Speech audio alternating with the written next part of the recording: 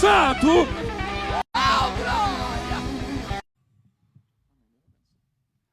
Ainda de pé, irmãos, a paz do Senhor. Vamos orar agradecendo a Deus pelas ofertas, pelos dízimos, pela vida de cada ofertante, em nome de Jesus. Feche os seus olhos e ore para que Deus continue te abençoando em nome de Jesus. Pai, em nome do Senhor, nós te louvamos mais uma vez nesta noite, por estarmos na tua presença. Pai, nós somos gratos pela vida dos ofertantes, pela vida dos dizimistas deste lugar, desta casa. Pai, em nome de Jesus, continue fazendo prosperar a cada um dos teus filhos. Continua, Senhor, abençoando para que as portas sejam abertas, para que as águas desçam sobre a vida de cada um dos teus filhos, ó Pai. Aquele que se encontra desempregado, que o Senhor abra uma porta ainda essa semana, dê a ele uma resposta, ó Pai querido, Pai de família. Todos aqueles, ó Pai, que necessitam, que a bênção do Senhor esteja sobre a vida de cada um. Pai, nós te glorificamos e te agradecemos em nome de Jesus. Amém.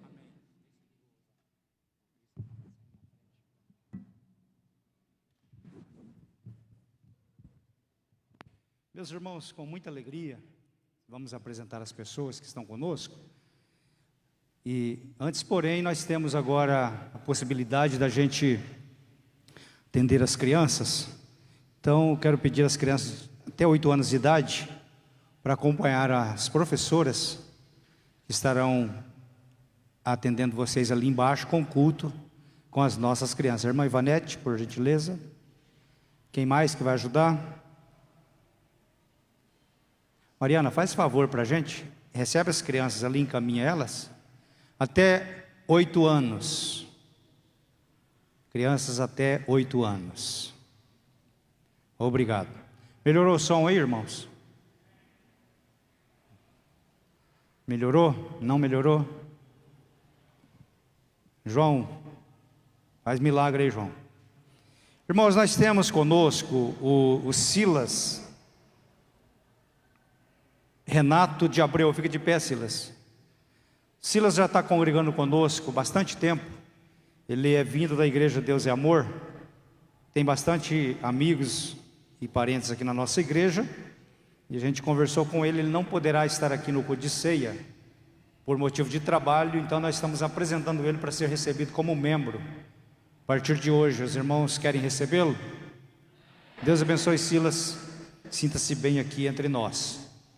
Com alegria nós queremos apresentar alguns irmãos. Entre essas pessoas está aqui o Geraldo e a Maria José. Onde estão? Geraldo e a Maria José. Dá um sinal com a mão. Foram arrebatados. Tem também a Maria Gilda. Onde está? Deus te abençoe. Obrigado, minha irmã. A Karine, sua filha. E também o irmão Carlos, que é pastor da igreja, presbítero Carlos Eduardo, está ali essa família, são vizinhos nossos, nossos amigos. Deus abençoe, viu? Obrigado pela presença. A Raquel e a Elisângela. Cadê a Raquel e a Elisângela? Meu Deus. Também o Marcelo e a Daiane, onde está? Richard. Eu vou ter que fazer em inglês, por isso que eu errei aqui. Richard, já pensou? Não tem nada a ver com Raquel, Richard. Ai, ai, ai, vocês gostam, né? São amigos da Lorena, obrigado aí pela presença. A Marcelo e Daiane, está ali, Deus abençoe. São amigos do Giovanni e da Sheila. E também tem o Fernando e Simone.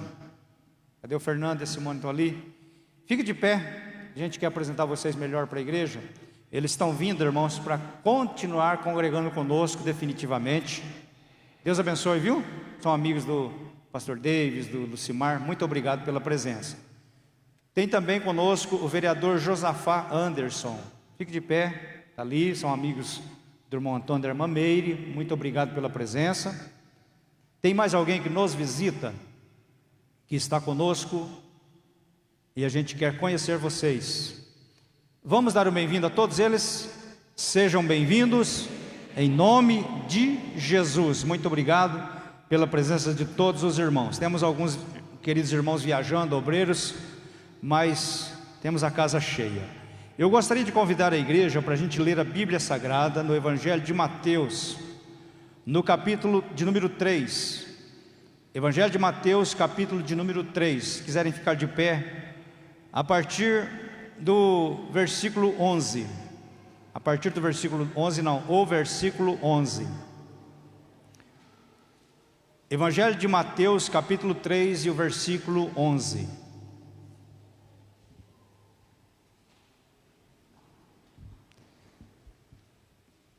Evangelho de Mateus, capítulo 3, versículo 11. Os irmãos que estão nos acompanhando das suas casas, através da nossa transmissão, nós estamos falando aqui da cidade de Divinópolis, Minas Gerais, Igreja Evangélica Assembleia de Deus. E você pode participar mandando seu pedido de oração, mandando aí a sua saudação, e nós estaremos orando no final pela vida de vocês. Diz assim a Bíblia, Evangelho de João, capítulo 3, de Mateus, capítulo 3, versículo 11. Eu vos batizo com água para arrependimento, mas aquele que vem depois de mim é mais poderoso do que eu, cujas sandálias não sou digno de levar. Ele vos batizará com o Espírito Santo e com fogo. Muito obrigado, meus irmãos, podem se assentar. Quem está dizendo essa palavra é um profeta por nome de João Batista, primo de Jesus, 6 meses mais velho que ele. E ele vem num contexto onde havia um silêncio profético por mais de 400 anos. Não havia profecia, não havia revelação, nem o livro sagrado sendo escrito. O povo judeu, que era o povo que recebia as revelações de Deus e documentava, estava passando por uma crise muito grande. A falta de profetas, de líderes. Durante esse período de 400 anos, entre o último profeta da Bíblia, o último livro do Antigo Testamento, houve esse silêncio. O que aconteceu entre esse período entre o último profeta e o profeta João Batista? Uma intensa guerra, uma intensa batalha na nação judaica. Eles saíam de um cativeiro e entravam em outro. Passaram por cativeiro persa, cativeiro babilônico, cativeiro assírio, e depois eles vão passando pelo cativeiro grego, termina o cativeiro grego, vem o Império Romano, e todos os que são escravos no Império Grego são automaticamente transferidos para o Império Romano.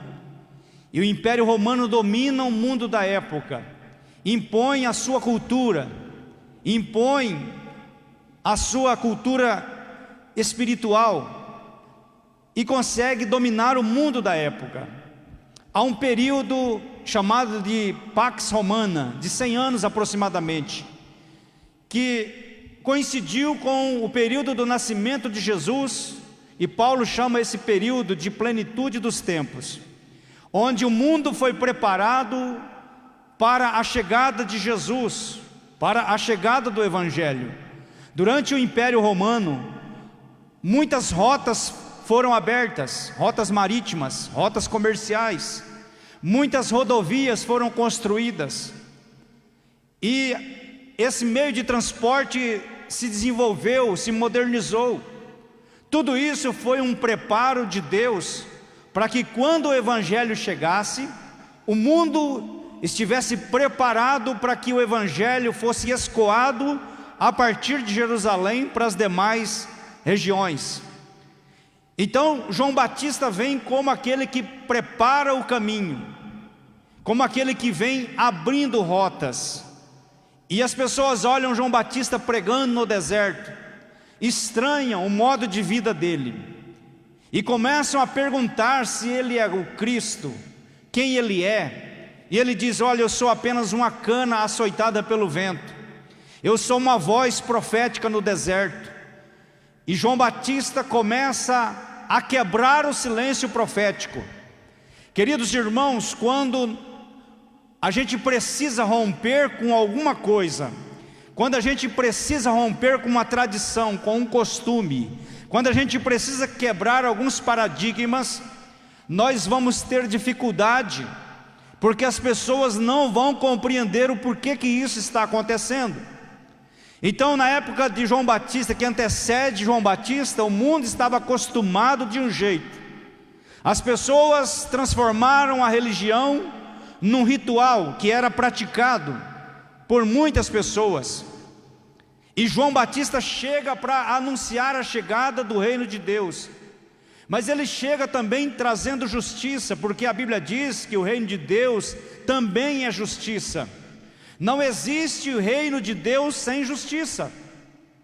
Então, quando ele começa a quebrar o silêncio profético, ele atrai muita gente, mas ele arruma problema também com muita gente. Tanto é que ele morre decapitado, a mando de Herodes. Mas a mensagem que ele traz é uma mensagem de justiça, de juízo. E ele diz: olha, o machado está posto na raiz das árvores, e toda árvore que não der fruto, ele vai cortar e vai lançar no fogo. E ele tem também não só o machado, ele também tem outra ferramenta, ele tem na mão uma pá, e ele limpará toda a eira.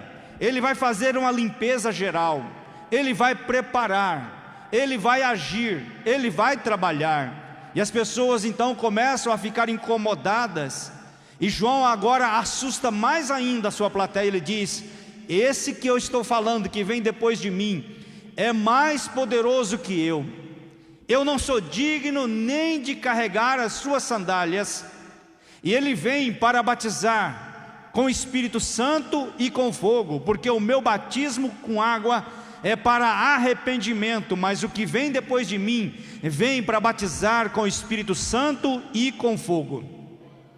As pessoas não entendiam que linguagem era essa, porque batismo com água eles estavam vendo João Batista praticar. As pessoas vinham até o Jordão e eram batizados para arrependimento, para mostrar renúncia, mudança, abandono da velha prática de vida. E agora João Batista fala de algo que eles nunca escutaram, pelo menos essa geração, que haverá um batismo diferente, batismo com o Espírito Santo e com fogo.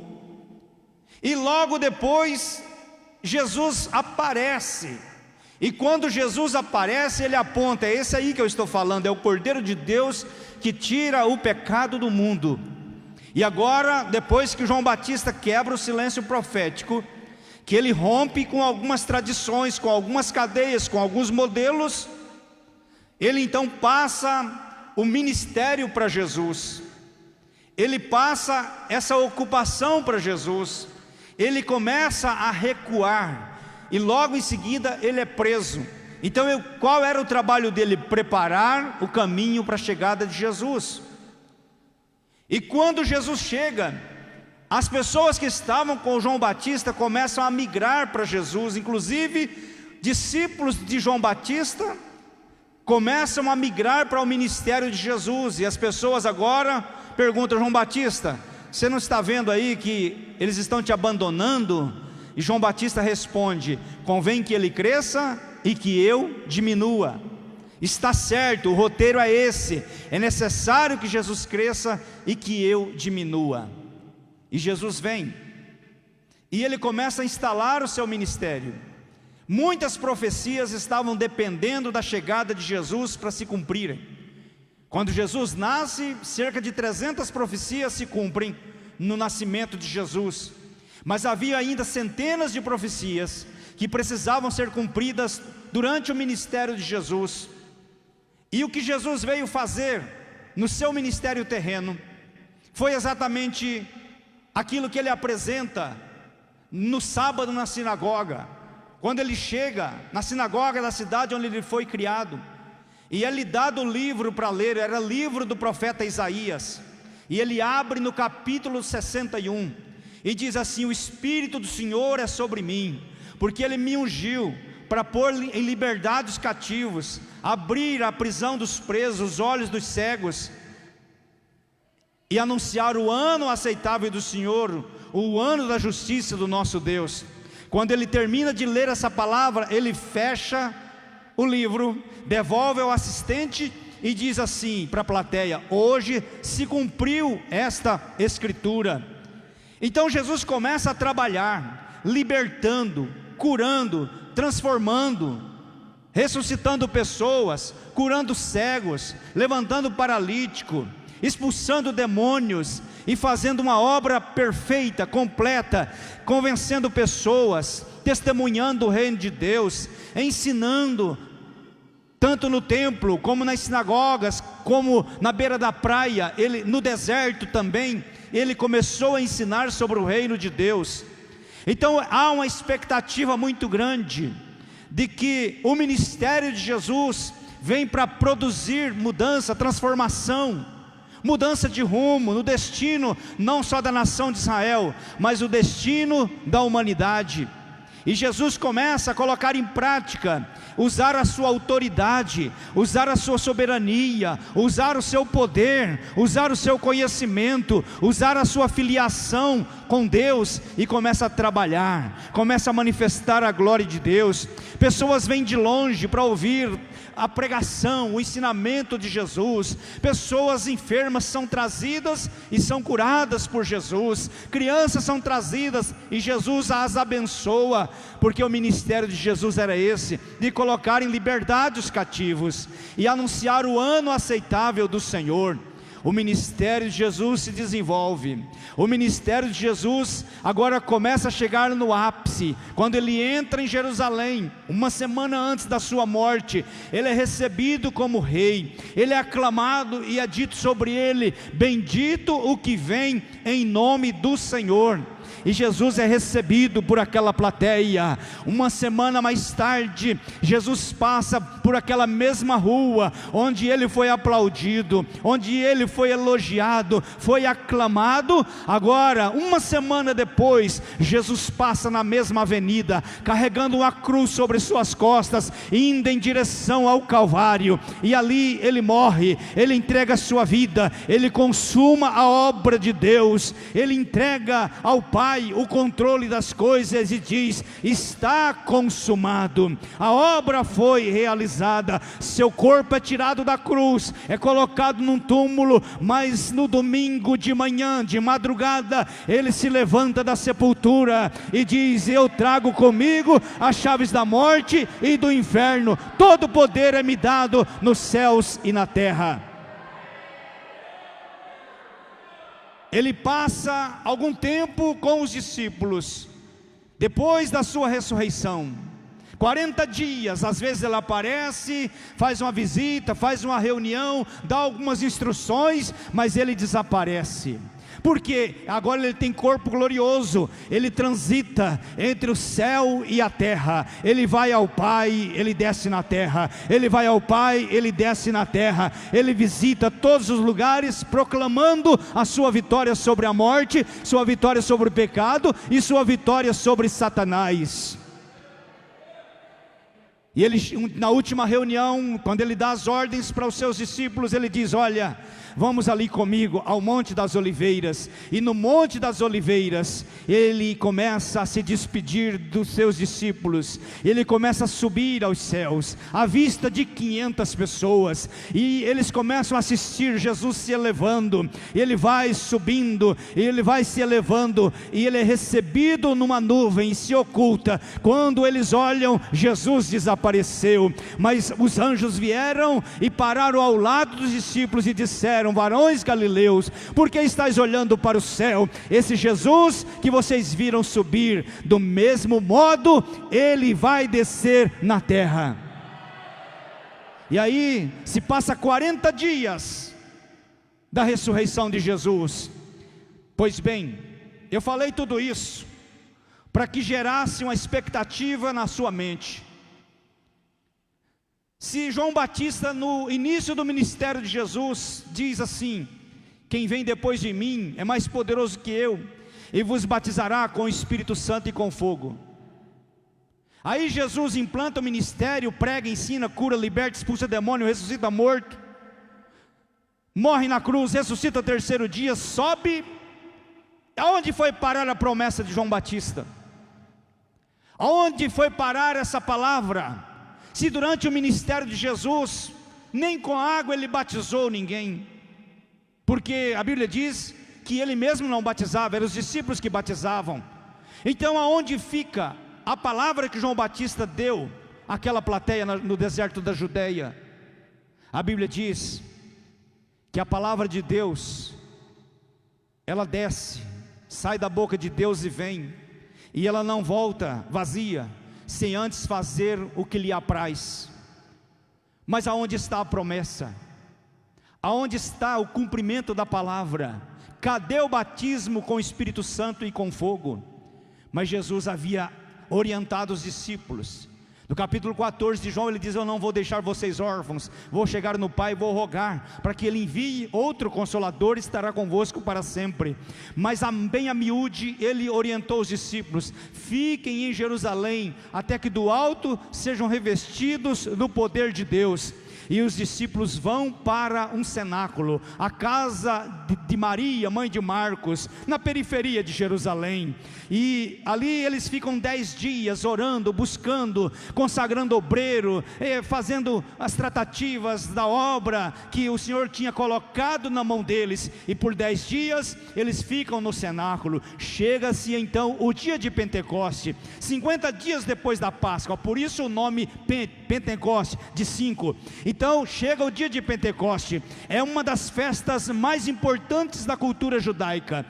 As pessoas vêm do interior para a capital, para na capital celebrarem a festa do Pentecoste, e eles estão reunidos no templo, famílias estão agrupadas ali, e eles trazem os seus dízimos, suas ofertas, oferecem sacrifício. É uma festa maravilhosa, a festa do Pentecoste. Dizem estudiosos que cerca de 1,5 milhão de pessoas estavam na frente do templo ou nas proximidades do templo. Gente do mundo inteiro aparece na festa no dia de Pentecoste. Então chega o grande dia, o dia do derramamento do Espírito Santo, o dia de cumprir a palavra que João Batista profetizou, que Jesus era poderoso para batizar com o Espírito Santo e com fogo. E de repente há uma movimentação no céu, aleluia. Jesus fica de pé, o Pai fica de pé no trono, o Espírito Santo se apresenta e ele diz: é hora de eu cumprir a palavra, é hora de eu descer na terra. Alguém está me clamando, alguém está me invocando, alguém está me pedindo, eu tenho que descer. Bendito é o nome do Senhor. E o Espírito Santo se despede do céu e começa a descer em direção ao planeta Terra. Qual é o endereço que ele vai? Não é no templo, onde tem uma multidão, estão fazendo festa, oferecendo sacrifício, um culto maravilhoso, sacerdotes bem vestidos, levitas cantando e tocando e celebrando. Mas na periferia de Jerusalém tem um culto acontecendo numa casa, na casa de Maria, mãe de Marcos. 120 pessoas estão ali há 10 dias orando, clamando, invocando a presença de Deus. Então o Espírito Santo deixa de vir até o templo onde havia grande festa e começa a ir em direção àquele barulho de clamor, ao barulho de oração, ao barulho de adoração. E ele entra pela janela do cenáculo em forma de vento, ele é ouvido e de repente vem um som como de um vento veemente, impetuoso, e encheu toda a casa em que estavam assentadas, e foram vistas por eles línguas repartidas como que de fogo, e começaram a falar em outras línguas conforme o Espírito Santo lhes concedia que falasse. É o cumprimento da promessa de João Batista. O profeta da profecia já estava morto há muito tempo. João Batista tinha sido degolado a mando de Herodes, mas a palavra do profeta ficou de pé. A palavra de João Batista ficou de pé, aleluia. E naquele dia, no dia de Pentecoste, cumpre-se a palavra, e ele vem batizando com o Espírito Santo e batizando com fogo. Aleluia. É o cumprimento da grande promessa. Havia uma expectativa no mundo espiritual. Havia uma expectativa no coração da igreja, no coração dos discípulos que estavam ali clamando, invocando a chegada do Espírito Santo. E ele vem com poder e autoridade. E ele vem mais uma vez para quebrar os paradigmas, para quebrar os rituais, as tradições, como João Batista quebrou no princípio. E no princípio, no passado, havia apenas uma pessoa que falava em nome de Deus, no máximo 2 profetas atuando ao mesmo tempo, mas um tinha que pregar no norte, o outro tinha que pregar no sul. Os 2 não podiam pregar nem profetizar juntos. Mas agora chegou o dia disso ser quebrado, disso ser mudado. Deus não queria que apenas uma pessoa falasse no seu nome. Deus não queria que apenas 2 pessoas tivessem autoridade para falar no seu nome. Deus queria que uma multidão de pessoas fossem usadas por Ele ao mesmo tempo. E agora, como é que Deus vai fazer isso? Só tem uma maneira, só tem um jeito de Deus fazer com que todos sejam profetas, que todos falem em nome de Deus. É Deus derramando do seu Espírito sobre toda a carne, como foi lido hoje aqui, cumprindo também a profecia de Joel, que depois que o Espírito fosse derramado, os filhos e as filhas profetizariam, e os velhos teriam visões, teriam sonhos, jovens teriam visões, e sobre o servo e a serva seria derramado do Espírito de Deus. Então só tinha um jeito de Deus fazer esse movimento, era derramando o seu Espírito sobre toda a carne.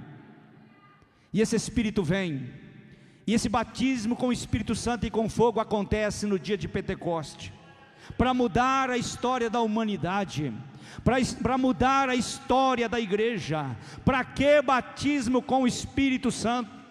Para dar poder para quem quer testemunhar. Jesus falou em Atos 1:8: e recebereis poder ao descer sobre vós o Espírito Santo, e ser-me-eis testemunhas, tanto em Jerusalém como em toda a Judéia, Samaria e até os confins da terra.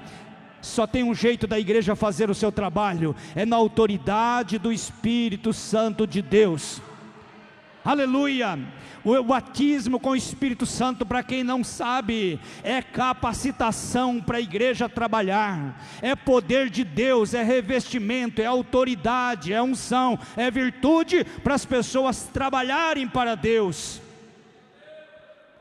Alguém quer desvincular e transformar esse batismo com o Espírito Santo e com fogo em 2 tipos de batismo.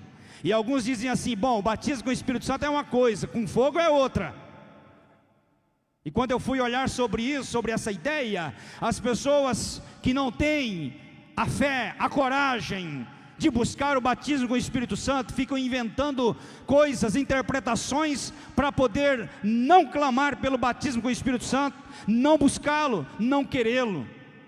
E dizem que batismo com o Espírito Santo é quando a gente aceita Jesus, aí você foi batizado. Dá uma paradinha aí, fica com essa informação. E o que é batismo com fogo? O batismo com fogo é quando Jesus vai pegar todos os ímpios e batizar no fogo do inferno, para serem queimados e condenados. Não, senhores, batismo com o Espírito Santo e com fogo é uma coisa só. E a primeira amostra foi no dia de Pentecoste, foram cheios do Espírito Santo, e foi visto fogo sobre a cabeça deles. Batismo com o Espírito Santo é para crente, é para quem aceitou Jesus, é para salvo, é quem busca, é quem crê, aleluia, é quem adora. Jesus não vai gastar isso com o ímpio no inferno, não. Batismo com o Espírito Santo e com fogo é para a igreja, é para aqueles que buscam, é para a nossa geração. É para quê? É para a gente evangelizar, curar pessoas, libertar os oprimidos, falar com autoridade. Isso é a utilidade do batismo com o Espírito Santo. E a igreja não chegaria longe se ela não tivesse a ajuda do Espírito Santo. Quando eles recebem o batismo com o Espírito Santo no dia de Pentecoste, há uma mudança visível no apóstolo Pedro. Quando ele é cheio do Espírito Santo, ele é transformado numa outra pessoa. Algumas coisas na vida dele são modificadas. Todos são cheios do Espírito Santo, começam a falar em outras línguas, e a Bíblia diz que muitos dos que estavam em Jerusalém foram atraídos para a frente do cenáculo, e ouviram eles testemunharem na sua própria língua. Pelo menos 16 tipos de nações estavam representadas na frente do cenáculo, na chegada do Espírito Santo na terra. E quando os crentes falavam em outras línguas, as pessoas que estavam ali na frente ouviam, cada um no seu próprio idioma, a pregação sobre as grandezas de Deus. E eles ficaram atônitos, curiosos e perguntando: mas esse povo tão simples, são galileus, são pessoas pobres, não tiveram como frequentar uma faculdade, uma escola de idiomas, por que que eles estão falando na nossa língua e nós estamos entendendo tudo o que eles estão falando? E era pregação feita no poder do Espírito Santo. Eles acham que eles estão bêbados, e Pedro toma a palavra e aparece na frente de todos com a autoridade de Deus e diz: olha, nós não estamos bêbados, é apenas 9 horas da manhã. Isso aqui é o cumprimento da profecia de Joel capítulo 2, que Deus derramaria do seu Espírito sobre toda a carne. O que vocês estão vendo aqui não é efeito de vinho, de cachaça, de droga, de nada disso não. Isso aqui é o poder de Deus, que Ele havia prometido de derramar, e vocês estão sendo testemunhas do derramamento do poder do Espírito Santo. Vocês são os primeiros a contemplarem o que é batismo com o Espírito Santo e com fogo, aleluia. E eles começaram a crer naquilo que estava sendo falado. Quando Pedro termina de argumentar, a Bíblia diz que as próprias pessoas se oferecem para aceitar Jesus e diz: varões e irmãos, que devemos fazer então? E Pedro então lança o apelo e diz: arrependei-vos e crede no Evangelho, crede no Senhor Jesus Cristo. E 3.000 pessoas aceitaram a Jesus Cristo como Salvador no primeiro dia de Pentecoste, no primeiro dia da presença do Espírito Santo na terra, de forma como cachoeira, derramado com autoridade, com poder, com graça.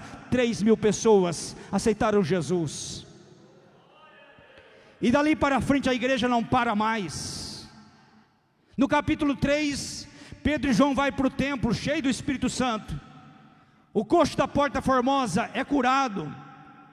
As pessoas ficam preocupadas e eles são questionados. Pedro diz: é pelo poder de Deus que esse homem foi curado, a gente não consegue fazer nada. E com a conversão desse homem, a igreja passa de 3.000 para 5.000 membros. Que obra é essa, gente? Quem é que está por trás desse movimento, desse crescimento assustador? Quem é que está por trás dessas curas divinas, dessas transformações, dessas restaurações, dessa mudança de comportamento, dessa autoridade que esses homens e mulheres têm? Quem é que está por trás disso? A pessoa do Espírito Santo. É a presença dele, é o efeito do batismo com o Espírito Santo, que vem para dar autoridade à igreja. E a igreja começa agora a agir na unção, no poder do Espírito Santo. Ela vai crescendo, ela vai se enchendo. A Bíblia diz que até as autoridades, aqueles que obedeciam à lei, vinham agora e aderiam ao Evangelho que era pregado na autoridade do Espírito Santo. Quando chega no capítulo 5 de Atos, você vai ver o Espírito Santo operando. Ananias e Safira, eles vão entregar a sua oferta de forma mentirosa. Combinaram que deveriam mentir para os discípulos sobre o valor da oferta. Mas quando eles chegam à frente do apóstolo Pedro, cheio do Espírito Santo, o Espírito Santo diz para Pedro: eles estão mentindo para você. E Pedro olha para eles e diz assim: vocês não estão mentindo para mim, mas vocês estão mentindo para Deus, vocês estão mentindo para o Espírito Santo. E eles morrem ali no mesmo lugar, porque com o Espírito Santo não se brinca, não se mente para o Espírito Santo. Agora, quem está controlando a rota da igreja não é um homem, não é um líder, não é o apóstolo Pedro, não é Tiago, não é João. Eles fazem parte de tudo, toda a equipe, mas agora quem está no controle da igreja é a pessoa do Espírito Santo que veio e repousou sobre eles. Agora é ele que orienta, agora é ele que fala, e ele diz: separa esse para mim, envia esse para lá, traz esse para cá, desce para Samaria, vai para lá, vai para Antioquia, atravessa a fronteira. Alguém quer ir, o Espírito Santo diz: não é a hora de ir agora, fica aqui, eu tenho outra agenda para você, porque agora quem controla a igreja é a pessoa do Espírito Santo. Aleluia! Há uma perseguição contra a igreja em Jerusalém. Os discípulos se esparramam, vão e fogem, mas aonde eles chegam, eles não conseguem ficar calados. Ainda não tem a igreja, ainda não tem discípulo nas cidades que eles chegam, mas eles chegam e o poder de Deus começa a incomodá-los, e eles começam a pregar, eles começam a evangelizar, a falar de Jesus. Um desce para Samaria e começa a falar de Jesus, começa a testemunhar do milagre que Jesus fez, da sua morte, da sua ressurreição, e muitos acreditam e começam a fazer parte da igreja. E de repente o apóstolo Pedro desce até Samaria e vê aquele monte de novo convertido que creu na pregação do evangelho de Filipe. E agora Pedro pergunta: olha, vocês conhecem o evangelho é bom, é coisa boa, mas tem algo mais que vocês precisam conhecer. Vocês conhecem o batismo com o Espírito Santo? E eles dizem: nós nunca ouvimos falar. Então Pedro e os seus amigos começam a orar pelas pessoas, colocar a mão na cabeça dos novos convertidos, e eles também são cheios do Espírito Santo. Bendito é o nome do Senhor. No capítulo 8, o Espírito Santo tira Filipe de Samaria e leva ele para um lugar deserto, para uma estrada onde está passando uma carruagem. Dentro da carruagem tem o tesoureiro da rainha de Candace. Ele está de volta, comprou um livro em Jerusalém e vai lendo o livro, e ele lê Isaías 53, e o Espírito pega Filipe e diz assim: acompanha ele. Filipe começa a correr atrás do carro, o tesoureiro chama para subi-lo. Filipe então começa a explicar a Bíblia para ele. Ele se converte e desce do carro e é batizado nas águas. Aleluia! E a palavra diz que o etíope sumiu, foi embora, seguiu jubiloso o seu caminho, foi para a Etiópia. Mais tarde, quando o evangelho chega à Etiópia através de missionários, já havia igreja, porque o etíope que teve o encontro com o evangelho foi na frente e pregou a palavra. Quando Filipe termina de pregar, esse Espírito que eu estou falando toma Filipe e literalmente translada ele, arrebata. Experiência maravilhosa, gloriosa. Ele leva Filipe daquele lugar e tira, e a Bíblia diz, de repente ele se achou em outro lugar chamado Azoto. Isso é o poder do Espírito Santo. Tem gente que não crê nisso, no poder do Espírito Santo. Tem gente que não acredita que o Espírito Santo pode fazer essas obras. Eu já vi pessoas ensinando que isso aqui não aconteceu, isso aqui é só uma alegoria. Não, o Espírito Santo não é alegórico, não é uma alegoria. O Espírito Santo é uma pessoa poderosa. Ah, não, é que estava passando um carro ali e ele pegou carona e foi para outro lugar, foi lá para o tal de Azoto. Não, meus irmãos, a Bíblia diz que o Espírito Santo arrebatou Filipe e levou para outro lugar. Você acha difícil disso acontecer? De o Espírito Santo arrebatar uma pessoa? Você precisa participar do arrebatamento da igreja. Quando o Espírito Santo não vai arrebatar só um, não, vai arrebatar milhares e milhares e milhares e milhares de pessoas. Aleluia! E o Espírito Santo vai operando. É o capítulo 8, no capítulo 9, Saulo cheio de fúria, quer matar os crentes, mas o Espírito Santo pega ele, cerca ele no caminho, ele fica 3 dias cegos. O Espírito Santo vai lá e fala com Ananias, o profeta, vai lá e ora por Saulo de Tarso, porque ele já se converteu, inclusive, tem 3 dias que ele está orando e está cego, mas eu já até mostrei em visão para ele, que ia aparecer alguém orando, e Ananias chega no apóstolo Paulo, no Saulo de Tarso ainda, e diz: irmão Saulo, o Senhor me enviou até você, para orar por você, e Saulo diz: eu já sei, ele me mostrou em visão, que ia aparecer alguém aqui. Olha como que o Espírito Santo trabalha, ele trabalha numa ponta, e ele trabalha em outra, ele está trabalhando aqui no altar agora, mas está trabalhando no meio da igreja. Bendito é o nome de Jesus.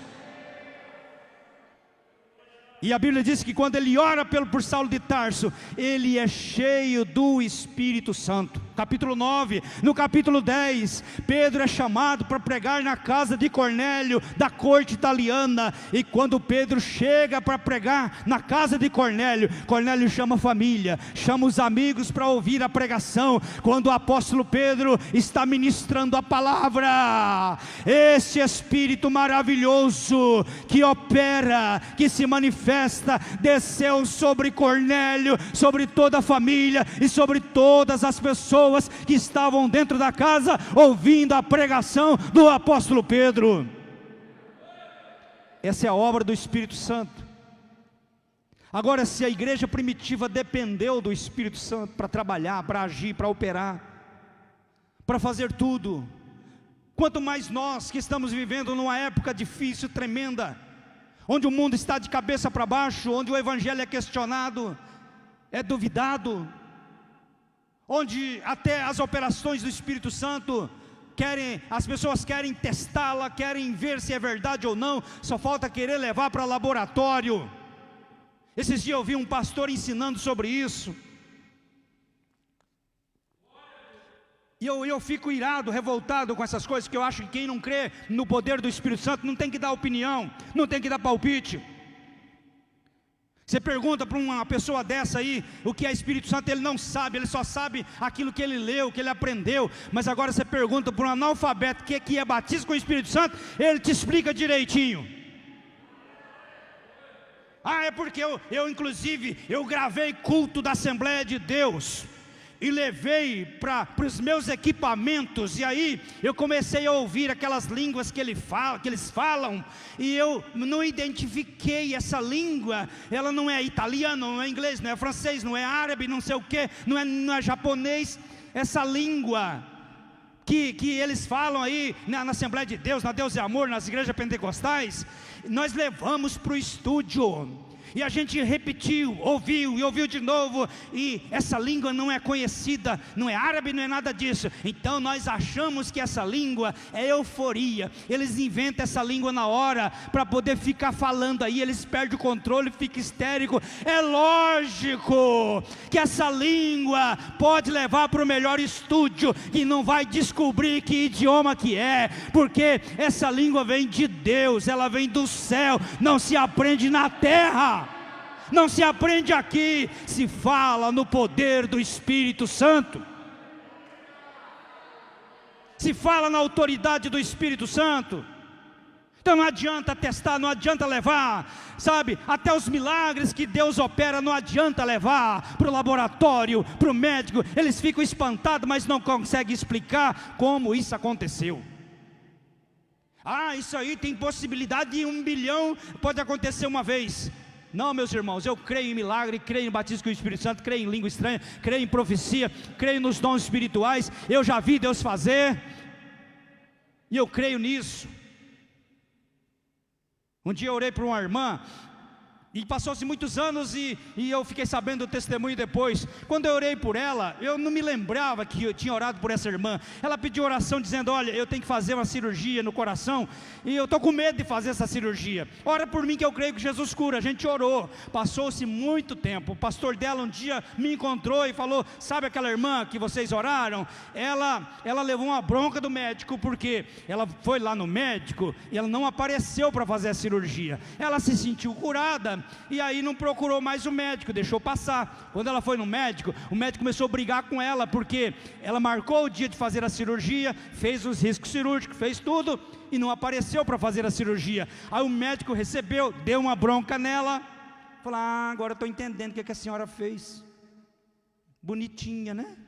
ficou aqui me perturbando, querendo uma vaga, quer operar, e agora vai e opera com outro médico. Ela, não, doutor, não operei com outro. Quem? Eu sei, conheço vocês, né? Devia ter aberto o jogo, eu abri a vaga para outro, você foi e operou com outro médico. Ela falou, não, doutor, eu não operei com outro médico, não. Quem não operou o quê? Olha, eu só não vou brigar mais com a senhora, porque a cirurgia foi bem feita, só médico para perceber que foi mexido nesse coração. Ela disparou um glória a Deus na frente do médico e gritou, foi Jesus que me operou, foi Jesus que me curou. Agora, se você não crê, problema seu, mas deixa a gente crer, deixa a gente falar em língua estranha, deixa a gente adorar a Deus, deixa a gente buscar o poder de Deus para essa geração. Nós estamos precisando. E quais são os empecilhos? O primeiro dele é culpa nossa, culpa de quem usa o púlpito, que não fala mais sobre o poder do Espírito Santo, sobre o batismo com o Espírito Santo. É nossa culpa de esconder essa mensagem de poder da igreja. Falamos sobre tantas coisas, principalmente agora na pandemia. Todo mundo quer ser terapeuta, todo mundo quer ter uma explicação. Meu querido, a explicação está na Bíblia. A Bíblia já tem a profecia sobre isso. É princípio de dores que a Bíblia está falando. Então isso iria acontecer mesmo. A explicação está na Bíblia. E aí escondemos a mensagem do batismo com o Espírito Santo. É culpa de quem? A responsabilidade é de quem? É de você, irmã e irmão, que é batizado com o Espírito Santo e que chega nos cultos e não adora a Deus e não usa os dons que Deus deu, e não fala a língua que Deus te ensinou a falar. Não sei porquê, se é vergonha, timidez ou é falta de incentivo. Se for por falta de incentivo, está liberado, pode adorar a Deus. Seja renovado nesta noite.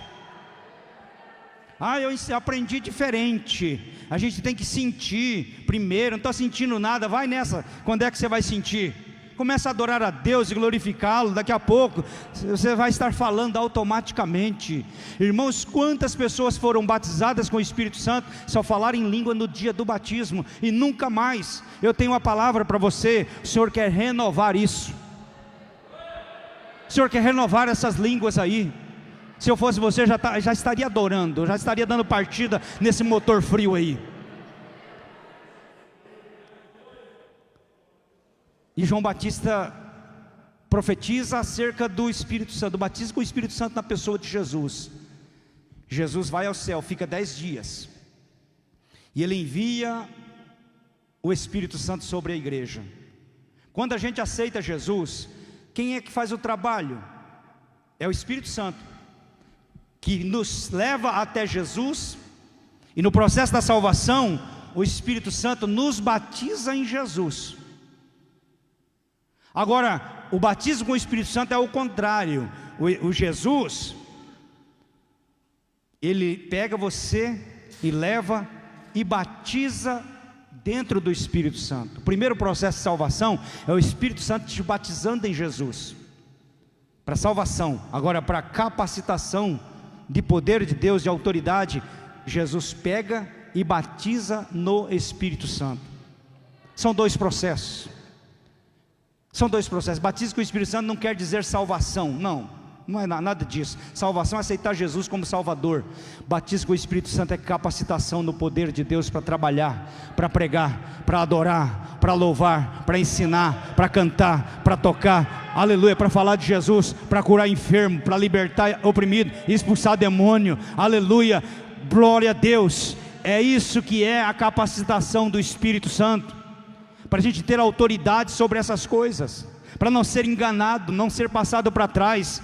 O Espírito Santo é um espírito de sabedoria, de conhecimento, de poder, de autoridade. Ele fala, ele opera, ele age na igreja. Bendito é o nome de Jesus. É muito ruim quando o Espírito Santo não participa do nosso culto. A gente fica numa cerimônia legalista, num ritual que a gente aprendeu com os outros. Mas quando o Espírito Santo toma conta do culto, coisas maravilhosas acontecem. Aleluia, bendito é o nome do Senhor. Há crescimento, barreiras são quebradas, há salvação, há manifestação da sua glória. E para quem que é isso? O apóstolo Pedro explicou: é para vós, para os vossos filhos, para os que estão perto, para os que estão longe, e para tantos quanto o Senhor nosso Deus chamar. Não existe limitação. E eu já vi Jesus batizar criança que sabia poucas palavras em português, e eu vi Jesus batizar. E eu já vi Jesus batizar anciãos. Eu já vi Jesus batizar tanta gente.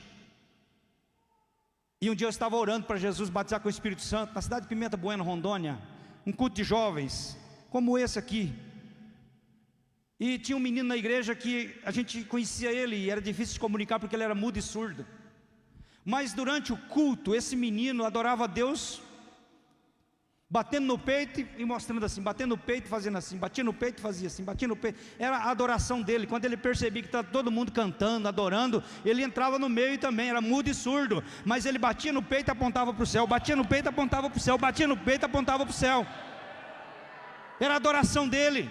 E a gente orando para Jesus batizar com o Espírito Santo. Eu era novinho, sem experiência, e ele entrou no meio da turma que queria ser batizada com o Espírito Santo, e ele estava ali chorando, clamando, derramando em lágrima. E eu olhei para ele, ele me chamou, eu passei direto. Falei: mas para que eu vou orar por mudo e surdo? Eu vou orar para o outro ali que tem possibilidade de falar em língua estranha. De repente eu escutei um estouro atrás de mim. Quando eu olhei para trás, o mudinho tinha sido batizado com o Espírito Santo e com fogo, e falava, e falava, e falava em autoridade, e falava em mistério, e falava em línguas, várias línguas estranhas. Eu fiquei com remorso. Eu falei assim: essa experiência era para mim, era eu que teria que ter orado por ele, e eu passei direto. É assim que faz o Espírito Santo, irmão. Aleluia. Onde tiver gente invocando, adorando, o Espírito Santo vem. Aleluia. Pode subir a banda aí, nós vamos orar nesse instante aqui. Mas antes da gente orar, eu quero perguntar se tem alguém que crê que Jesus salva e quer aceitá-lo como Salvador hoje. Levante a sua mão para aceitar Jesus. Tem alguém que quer aceitar a Cristo Jesus como Salvador? Se não tem, Deus te abençoe. Mas agora eu gostaria de convidar aqui à frente algumas irmãs, alguns obreiros, jovens e adolescentes batizados com o Espírito Santo. Por gentileza, se você está com a sua vida diante de Deus e é batizado com o Espírito Santo, eu preciso de você aqui agora. Aleluia. Irmãos, você precisa me ajudar adorando a Deus. Hoje a gente teve algumas barreiras. Porque eu sei que esse tipo de trabalho não é fácil. A gente enfrenta barreira, dificuldade, e não é fácil rompê-las.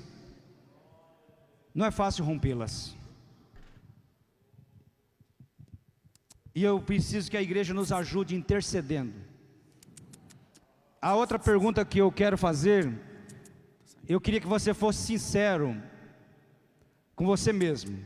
Quantos aqui foram batizados com o Espírito Santo e faz muito tempo que não falam em línguas? Levante a mão para a gente saber. Eu tenho uma proposta para você.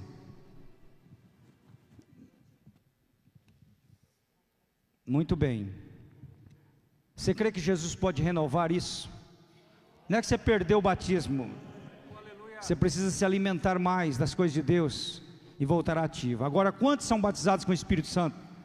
Quantos? Levante a mão. Fala em língua normal. Obrigado. Quantos não são batizados com o Espírito Santo? Levante a mão, por gentileza. Obrigado. Nós estamos numa campanha para Jesus batizar com o Espírito Santo. Brasil inteiro, até junho, 110 mil pessoas batizadas com o Espírito Santo. Escola dominical, nós estamos falando sobre isso. Na terça-feira nós estamos falando sobre isso. E não é possível que a gente vai falar tanto sobre o Espírito Santo e não vamos vê-lo operar no nosso meio. Nós não sabemos como serão os próximos dias, mas eu te aconselho a abastecer o seu tanque espiritual para fazer a travessia final. Aleluia! para você não ficar sem combustível na reta final. A gente vai orar nesse instante. Igreja, fique de pé. Fique de pé. Aleluia. Primeiro a gente vai orar por esses irmãos que aqui estão. Aleluia. Vire para cá, vocês estão aqui à frente. Vocês vão nos ajudar a orar pelos irmãos. Tá? O que vocês vão fazer? Vocês vão ministrar sobre eles. Não vai fazer outra coisa. Jesus batiza com o Espírito Santo e com fogo. Quando pergunta para mim se é batizado com o Espírito Santo, eu falo, e com fogo. Com o Espírito Santo e com fogo. Tá? Então vocês vão orar, vão ministrar sobre eles.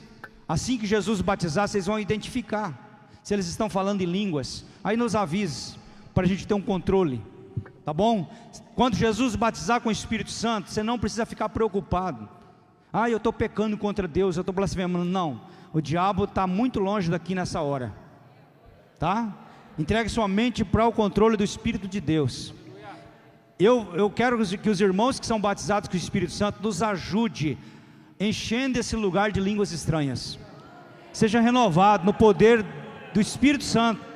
E nós vamos inundar esse lugar. Hoje começa um novo processo nessa igreja. Hoje começa um novo processo nessa igreja. Aleluia. Bendito é o nome de Jesus. Pai santo e maravilhoso, aqui estão os teus vasos, Pai, que estão sendo apresentados ao Senhor, para ministrar batismo com o Espírito Santo sobre a vida da igreja. Eu os coloco diante de Ti agora, e peço que o Senhor dê unção, dê autoridade sobre eles, para que eles imponham as mãos, e as pessoas sejam cheias do Teu Espírito, em nome de Jesus, em nome de Jesus, amém, amém, amém. Fique virado para lá. Eu gostaria de convidar